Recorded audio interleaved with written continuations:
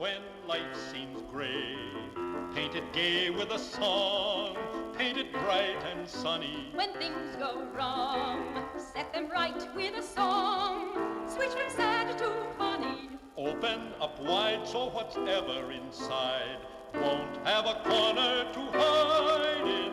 When life looks blue, change the hue with a song, with a song. Mad or sad, make it glad with a song. Singing does things to you. Feeling strange, you can change with a song. It can make a new you. Why not begin with a smile and a grin? No holding back what's within you.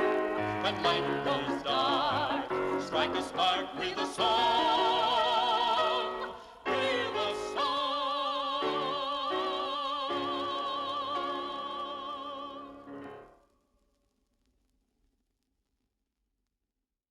Okay, my name is Dick Olson. I've lived here all my life on a farm about a mile up the road. And we walked to school every day for 8 years.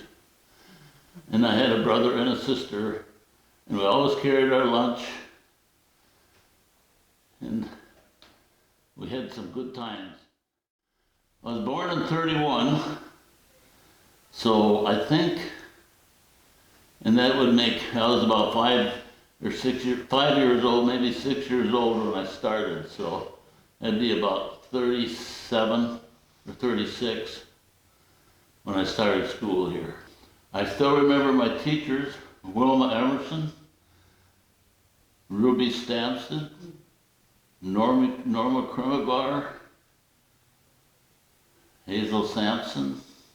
They were good teachers. We used to play pretty hard on the playground. One day, Daryl Kirsting and he was coming around this corner and I was going that way. And he ran into me and he buried his tooth right in my forehead. And that was a memorable thing. Because I remember they brought me in and laid me on the desks someplace. But we used to play a lot. And one day, I come around the corner, I was on a wagon. Someone was pushing me and someone came with a wagon on the other way and we collided. And I said a bad word and Wilma Emerson caught me. And she told me, I want you to write 1,000 times. I will not swear again. My name is Anita Olson, Damon now. My parents were Andy and Mildred Olson, and we lived right down Spring Creek Road and only 2 farms away. So it was very handy to get to school, but I enjoyed being able to ride on the bus with Mrs. Nanstead. And we loved it because we were the last ones picked up. We'd see her go up the road as far as Sandburg, so we knew we had like 2 more minutes so that we'd watch out the window on cold days. Here comes a bus, get out there, guys. I remember the teacher's schedule for the day on their desk, laying open the book of what was coming up, and it was always written exactly in perfect penmanship. And on the chalkboards, I think writing on chalkboards is the hardest thing to do, and that always looked perfect. And so they set the example that I remember looking at the alphabet chart along the wall and really trying hard to replicate those letters. My classmates, there were 4 in my class: Connie Bainup, Steve Swisher, Jim Thomas, and myself. We went here from 1956 until the school closed in 1963. We finished out that 62-63 school year and then went into Black River. It was like a big family. We respected one another. We watched out for one another. The older kids we really looked up to when they would help us with things. And at recess time now, I can't imagine 1st graders through 8th graders all out there playing together. Hello, my name is Rebecca Sandberg. I'm now Wormus. I was Sandberg. I went from 1959 to 1962. I was caught whispering and I had to wear an I whisper sign. I'm telling you, that was like the worst thing that could possibly happen because you were like branded as a bad. When we were first graders, we would have to do jobs like everybody else, and the big kids would have to lift us up so we could reach the pump handle, and then we could pump the water. And Connie Nanstead, our bus driver, it was a 3-station wagon with 3 seats, and the one thing I remembered about it is she was a smoker. And it always smelled like smoke whenever we got in the car. Nothing wrong with that, Mrs. Nancy. I'm Jean Sandberg. I'm the oldest daughter of Thomas and Catherine Sandberg. My 3 little sisters went here, but I only went for 2 years, 7th and 8th grade. Right. I'm Arlene Mosley Quinlan, and I went here from 1st grade through 8th grade, so like 1940, the fall of 1949 to the spring of 1957.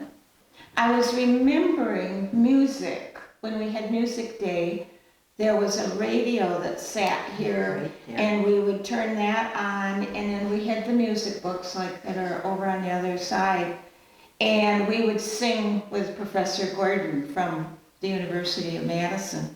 And we all sang too. Oh, we were good. Yeah, we sang. We were great singers. Yeah. Yeah. Miss Kinley, she was an art teacher in Black River, but she would travel to the country schools and teach us how to draw and paint and all that. One incident I remember with Miss Kinley, and I don't remember what year it was, but we went on a little tour, and she drove her car up, and we went up on the top of Moss Hill in a field there, and we were going to draw scenery, you know, trees and grass and stuff like this. And the only thing that happened that was kind of out of line was there was some heifer calves up there, but pretty good size. And Miss Kinley, I don't think, being a city girl, didn't know too much about cattle, and she thought it was a bull. And Miss Kinley ran. She actually took off running. She was a big lady. Yeah, she was short, but she was kind of chunky, but she could run. I went to Spring Creek School in my 7th and 8th grade. And we sat right back in the corner there. There was Bobby Rand, Mary Emerson, Arlene Mosley, and Jeannie Sandberg. And we were the big kids. We were the big kids. But we were good, because in a small country school, we looked after the little ones, you know, and my favorite thing was we wanted to play ball. How do you play ball with 13 kids and all but 4 of them, like, so we made up rules. It was, if we hit the ball over the fence, we were out, because the little kids couldn't get under the fence. And the little kids got 5 strikes. And if they even came close to hitting, we let them run. Hi, sister. I'm Judy Thomas Dugan. One of my first memories at 1st grade, I was a bit nervous, but my older sister, Sandra, made me feel happy and safe. And then a little girl walked in with her dad and sister, Ginger. She looked pretty nervous like me. Anyway, that little girl became my lifetime friend, Joyce Bush Art. To this day, I have been blessed with her friendship. Mrs. Shunky was a sweet, soft-spoken lady. I've been told that I have nice penmanship. I credit her for that gift, as she sort of made it feel like an art. I don't think my penmanship is that great, no, but I so appreciated her skill. Mrs. Nortman was a charming, caring teacher as well. Because I lived so close, I usually stayed after school to help her. After pushing the desks to one side, then sweeping, and then pushing them to the other side, one time her son, Tom, I think, was home from his service. Anyway, he came in and he went right up to the front, behind the teacher's desk, and he cranked up the radio and put a polka on. He grabbed his mom, my teacher, and swung her around as I sat on the chair thinking, and I sat back in the chair and said, oh my teacher's dance?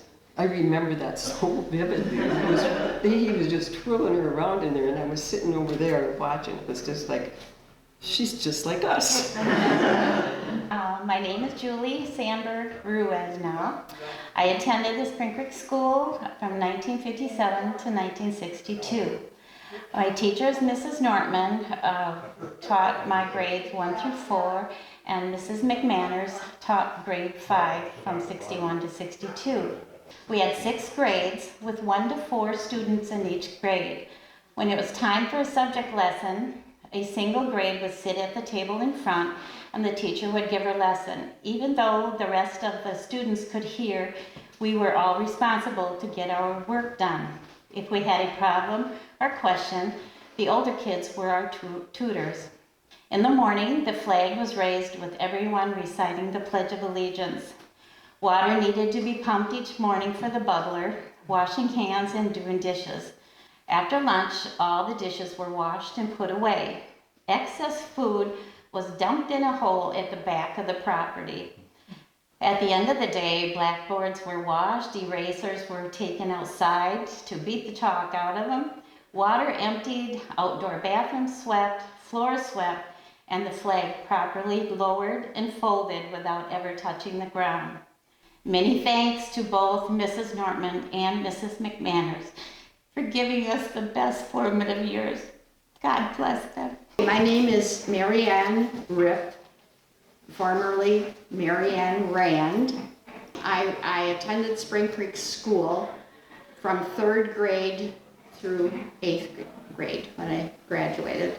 This stage where we had Christmas programs, the big boys would pull the curtains and we had kind of a little cubbies back here where we could change our clothes if we, had any costume to wear. This place would be packed, the hallways would be full. My teacher was Hazel Sampson most of the time. Back in that corner we had a big old stove that would, sometimes the wind would blow and the smoke would come down instead of up. And we actually, I can recall, had 1 or 2 smoke days, not snow days, smoke days. We had to go home because it was too smoky. And we would bring jars, food in mason jars from home if we wanted something warmed. And she would put it on low heat about 11 o'clock, and by noon it would be hot, whatever we had. Wisconsin School of the Air was very prominent in our week. Everything would stop when Ranger Mac came on, gave his nature talks, and Professor Gordon, the music program. That was, we all stopped and learned all those songs. I still know those, know all those old songs, and I think it was my teacher Hazel, and we didn't have a piano here, but my teacher Hazel, I ordered which I still have. It's called Journeys in Music Land. It was all the piano music for the Professor Gordon show that I could play at home. I still have. I went to school, starting with 1st grade. I went from 1st through 8th grade, all 8th grades, and I had Mrs. Sampson for the first 6 years. And I'm Jane Rand, but I had Mrs. Sampson for our teacher. She's a very kind lady. And then I had Marion Hagan, right, was the next teacher. And I think she just taught here for 1 year when I was here. And then we had Mrs. Shunke, who was finished out. And after that, of course, then we went into high school in Black River Falls. One of the advantages of going to a rural school like this is that you not only heard the reading class that you were supposed to be listening to, but you heard it year after year after year. I don't think there was anyone who came out of the school who didn't know the basics. Spring